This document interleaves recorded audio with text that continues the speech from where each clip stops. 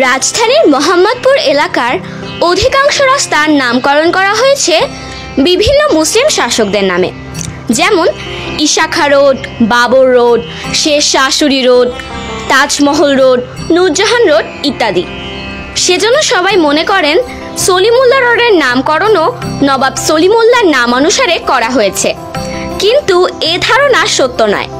পাকিস্তান আমলে এ রাস্তাটির নাম ছিল তৎকালীন শাসক মোহাম্মদ আলী জিন্নাহর নামানুসারে কায়েদে আজম রোড। তবে দেশ স্বাধীন হওয়ার পর এই রাস্তাটির নাম পরিবর্তন করে রাখা হয় শহীদ সলিমুল্লাহ রোড। তবে অনেকেই অসতর্কভাবে শহীদ শব্দটি ব্যবহার করেন না বলে অনেকেই ভুলে গেছেন একজন প্রকৃত দেশপ্রেমী মানুষের স্মৃতি। বাবা হাসান আলী সরকার ও মা ওমর জানের সন্তান মোহাম্মদ সলিমুল্লাহ ছিলেন মোহাম্মদপুরের একজন সমাজসেবী ও রাজনীতিবিদ। তার জন্ম 1924 সালে চাঁদপুরের কচুয়ায়। পাকিস্তান আমলে তিনি ছিলেন ঢাকা মহানগর আওয়ামী লীগের নেতা ও মোহাম্মদপুরের বাঙালি ও অবাঙালি সমন্বয় কমিটির প্রধান।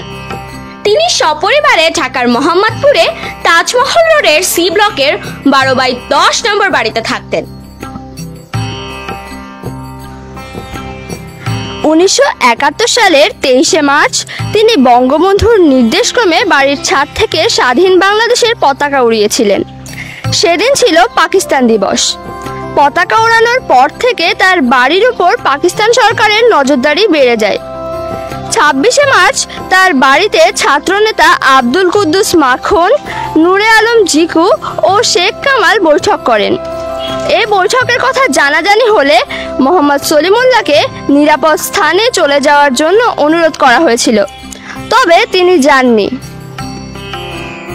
25শে মার্চ রাতে শুরু হয় অপারেশন সার্চলাইট। এর পরের দিন 26শে মার্চ ছিল শুক্রবার।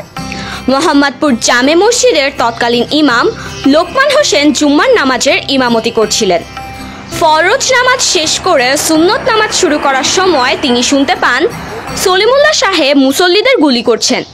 ঘটনাটি ছিল সম্পূর্ণ মিথ্যা ও পরিকল্পিত। আসলে বিহারীদের পরিকল্পনা ছিল তার নামে গুজব ছড়িয়ে তাকে সপরিবারে হত্যা করা, এবং তারা সফলও হয়।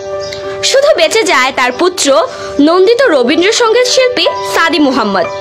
তিনি এই সাক্ষাৎকার দিয়েছেন যে মোহাম্মদ সলিমুল্লাহ নির্দোষ ছিলেন এবং তিনি দেশের জন্য সাহসিকতার সাথে নিঃস্বার্থে আত্মত্যাগ করেছেন।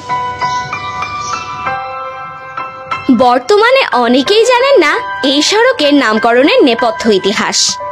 এই রাস্তায় বাহারি কাবাব খেতে অনেকেই আসেন, কিন্তু রাস্তার নামে বেশিরভাগ ক্ষেত্রে শহীদ শব্দটি উল্লেখ না থাকায় বহু মানুষ এটিকে ভুলবশত নবাব সলিমুল্লাহ সড়ক মনে করেন।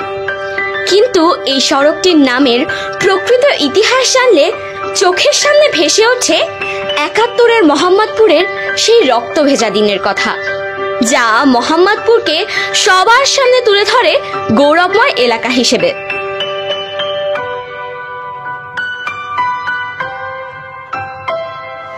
নেপথ্য কণ্ঠে ছিলাম আমি নয়ন ওফাত অনন্যা, আমি সাদিয়া ফ্রেন বর্ষা, আর আমি নওশিন তাসনিম রেনেসা। এডিটিংয়ে ছিলাম আমি নামিরা জামান। স্ক্রিপ্ট রাইটিংয়ে আমি ছিলাম নাজিফা নাজদিন এশা। আর তথ্য সংগ্রহ এবং লোকেশন সিলেকশনে ছিলাম আমি মারিয়াম জারা। ব্যাকগ্রাউন্ড মিউজিক সিলেকশন এবং ভিডিও ধারণা ছিলাম আমি তাসনিম মাহবুব সাবা। কভার পেজ তৈরি ও ছবি সংগ্রহতে ছিলাম আমি ইরিনা ইকবাল।